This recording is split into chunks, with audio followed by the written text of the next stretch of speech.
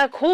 6 လပိုင်းထဲမှာစနေသားသမီးများအတွက်ရွှေလန်းငွေလန်းပွင့်ပြီးဟေ့ဆိုတော့ဆရာမလေးကတည်င်းကောင်းလေးလာပြောတာပါရှင်နော်ဘာကြောင့်မလို့စနေသားသမီးအမြဲတမ်းကန်ညံ့နေလဲဘလောက်ပဲညံ့နေပါစေဘလောက်ပဲညံ့ခက်တယ်ဖြစ်ပါစေပေါ့နော်ဒီ6 လပိုင်းထဲမှာဆိုရင်စနေသားသမီးတွေအများထွက်အများကြီးကန်ကောင်းကန်ပွင့်ဖို့ရှိနေပါတယ်နော်ကိုညီပေးမမယ်လူတွေပေါ်ပေါက်လို့အိမ်ချမ်းမြေယာနဲ့ပတ်သက်ပြီးအိုးပိုင်အိမ်ပိုင်ကိုပိုင်ကာကိုပိုင်စက်ပျက်စီးတွေ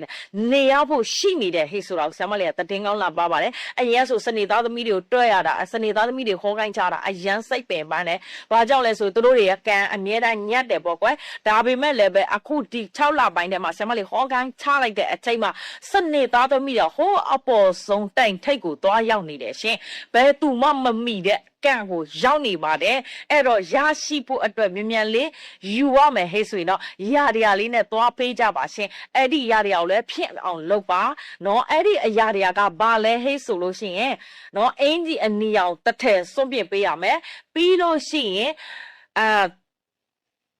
နှင်းစီ9 ပွင့်အနီအောင်ရဲ့ပြီးလို့ရှိရင်နွားနို့3 ခွက်ရဲ့ကိုယ့်ရဲ့အိမ်ခန်းဖျားမှာပဲပူဇော်လိုက်ပါစနေနေ့မနေ့ပိုင်းလေးကိုလုပ်ပေးရမှာဖြစ်ပါတယ်ရှင်ကိုစားလုပ်ပေးလို့ရလားမရပါဘူးကိုတိုင်လုပ်ရမှာဖြစ်ပါတယ်ရှင်နော်အဲ့တော့ဘယ်လိုလဲဆိုစနေသားသမီးတွေကဘာကြောင့်အစင်မပြေမှုတွေကြုံခဲ့လဲဆိုရင်စနေသားသမီးတွေကစိတ်ရင်ကောင်းတယ်အပြောမချိုဘူးမျက်နှာကြောမတယ်ပေါ့နော်ပြီးလို့ရှိရင်ဝုံတိုင်ကျဲရင်ထဲမှာရှိတဲ့တိုင်ပြောတတ်တယ်တဲ့စနေသားသမီးတွေကပြောမယ်ဟေးဆိုလို့ရှိရင်လူချမ်းတွေပေါ့နော်အဲ့လိုမျိုးဘသူစီပေါ်မှာပဲဖြစ်ဘသူပေါ်မှာပဲဖြစ်သူတို့ကလူသူမကွဲဘာသာမကွဲကိုအဲ့လိုမျိုးစိတ်တွေကရန်ကောင်းတဲ့အထက်မှာပါတယ်နော်စနေသားသမီးတွေရဲ့လောကဒဏ်လဲပေါ့မဟုတ်ဘူးတဲ့ဒီ6 လပိုင်းထဲမှာဟဲ့ဆိုရင်စနေသားသမီးတွေကဘာတွေဖြစ်မလဲဟဲ့ဆိုရင်နည်းလေးတော့ဘေးနဲ့ကန်ကောင်းချင်းနဲ့ကန်ကောင်းချင်းနဲ့ဘေးနဲ့တခါတည်းဝင်လာတယ်အဲ့တော့အိမ်တွင်းရေးပူပင်သောကများမယ်အိမ်ထောင်ရေးပူပင်သောကများမယ်